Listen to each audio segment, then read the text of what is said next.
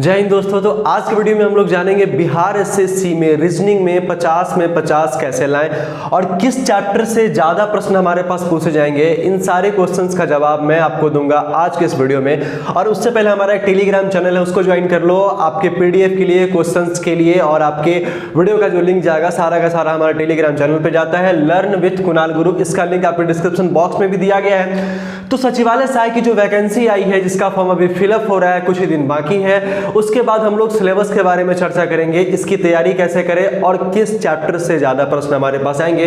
देखो, जो भी हम लोग चैप्टर पढ़ेंगे उस सारे चैप्टर को लेवल वाइज हम लोग पढ़ेंगे। कहने का क्या मतलब है कि जितने भी हमारे पास टाइप्स ऑफ क्वेश्चंस होते हैं, जिस भी चैप्टर से हमारे पास टाइप्स ऑफ क्वेश्चंस होंगे, उन सारे चैप्टर के हम लोग लेवल को पढ़ेंगे। मतलब 0 लेवल से स्टार्ट करेंगे और हम लोग जो भी लेवल पूछे जाते हैं वहां तक हम लोग सफर करेंगे, वहां तक जाएंगे। तो दोस्तों, सबसे पहले हम लोग सिलेबस के बारे में जानते हैं। उससे भी पहले एक जरूरी बात मैं आपको बता देना चाह रहा हूं कि हमारे चैनल के प्लेलिस्ट में अलग अलग चैप्टर के वीडियो लिखे हुए हैं, वीडियो डाला हुआ है, आप जाकर वहां भी देख सकते हो। ठीक इस प्रकार से, ठीक है।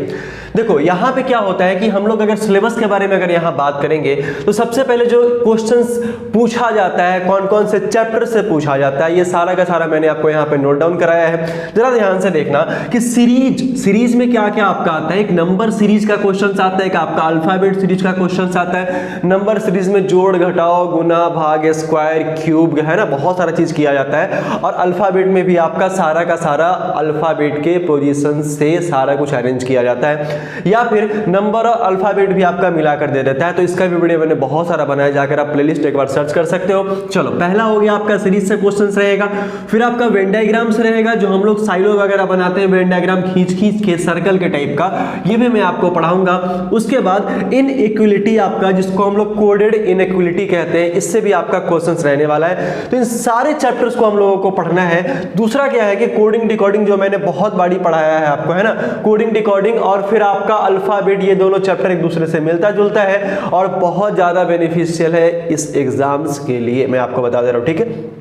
फिर आपका सिटिंग अरेंजमेंट हो गया, पजल हो गया, सिलोजिज्म हो गया, फिर आपका स्टेटमेंट एंड कंक्लूजन हो गया, स्टेटमेंट एंड आर्गुमेंट हो गया, नॉन वर्बल वाला सेक्शन हो गया। नॉन वर्बल वाले सेक्शन में आपका क्या क्या आ सकता है, water image, mirror image, paper cutting, folding वगैरह, या फिर इमेज सीरीज करके आ सकता है। बहुत सारे टाइप्स का क्वेश्चन आपको इसमें देखने को मिलेगा।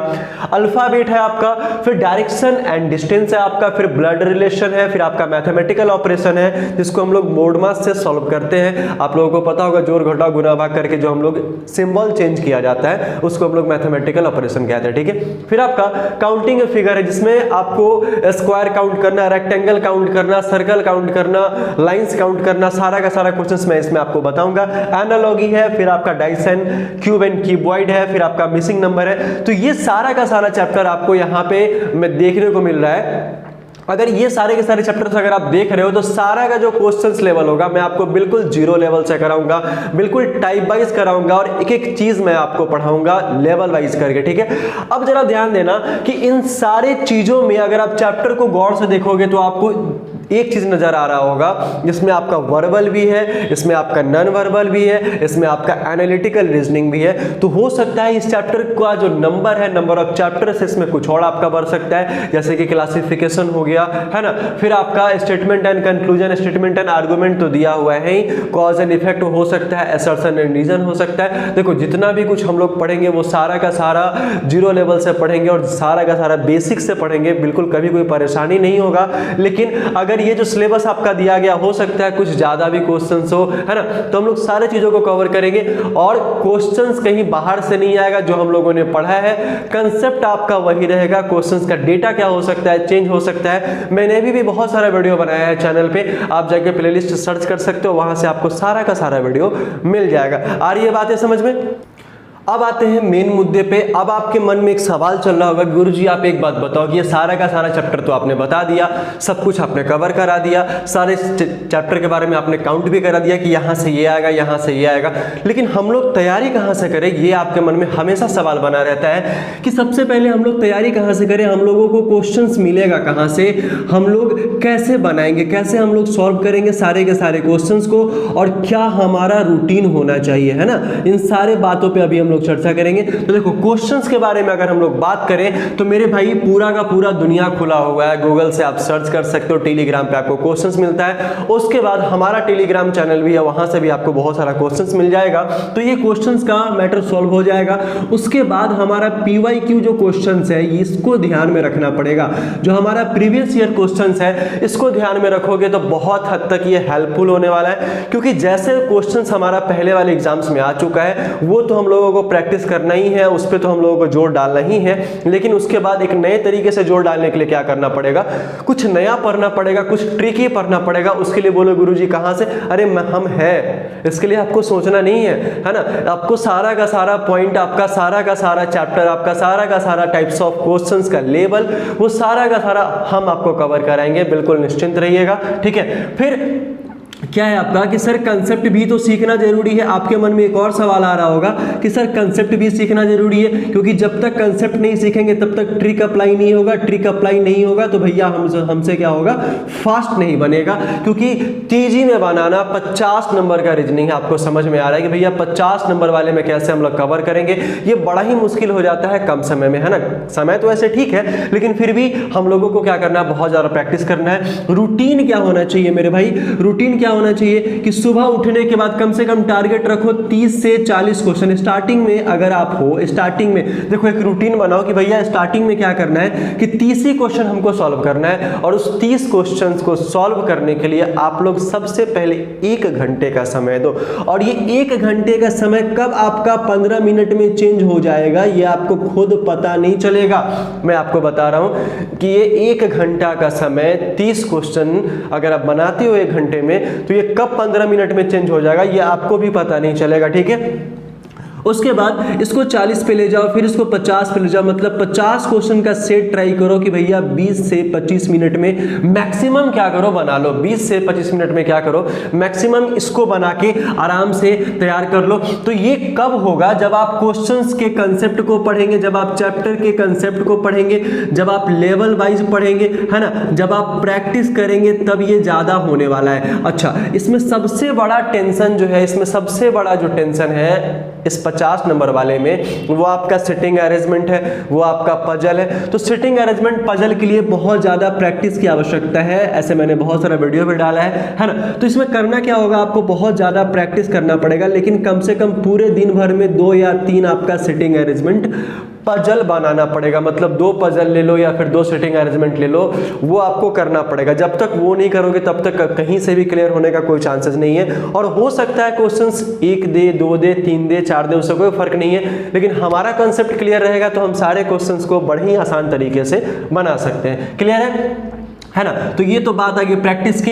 अब क्या होगा कि धीरे धीरे हम लोग क्वेश्चंस पे लेवल को देखेंगे, उसके बाद करेंगे क्या, उसके बाद हम लोग क्या करेंगे, प्रैक्टिस सेट, है ना। जो हमारा प्रैक्टिस सेट मार्केट में बहुत सारे लेवल का आता है। अगर आप पूछोगे गुरुजी एक बात बताओ कि आप तो यहाँ क्वेश्चंस के बारे में बता दिए कि कंसेप्ट हम आपको बताएंगे, क्वेश्चंस आप बनाओगे, कहीं से टेलीग्राम से कोई भी क्वेश्चंस उठा के बना लोगे, लेकिन जो जेन्युइन प्रैक्टिस सेट होता है, जो 50 नंबर का हमको मिलेगा, जिसमें सारा का सारा चैप्टर से रिलेटेड हमारा क्वेश्चंस होने वाला है, वो सारी की सारी चीजें कहां से मिलेंगी ये आप जरा बता दो।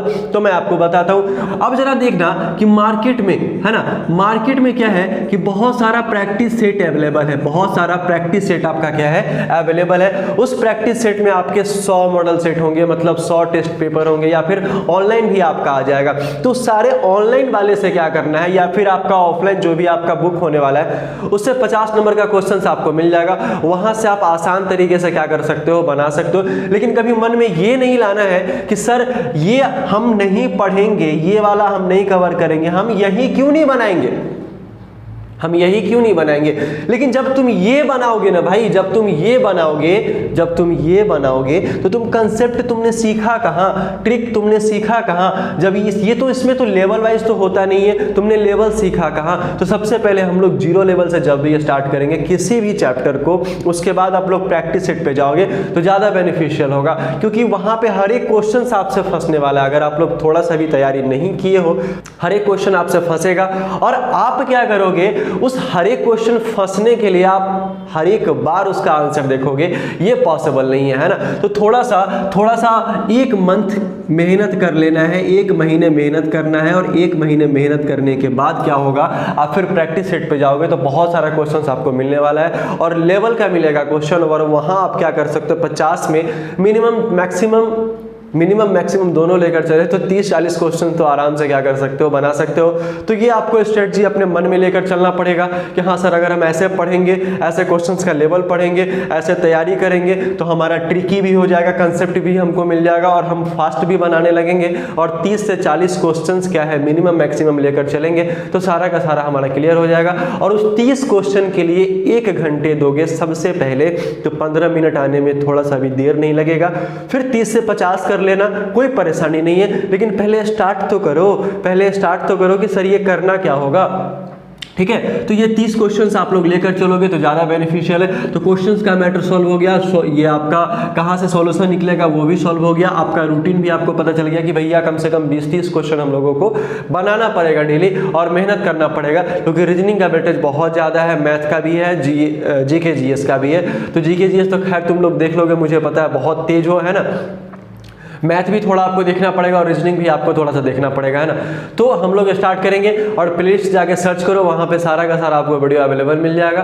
तो कैसा लगा ये सेशन, मिलते हैं हम लोग फिर से नेक्स्ट वीडियो में बिहार एसएससी सीजीएल के सारे वीडियो के साथ। तब तक के लिए बहुत बहुत धन्यवाद।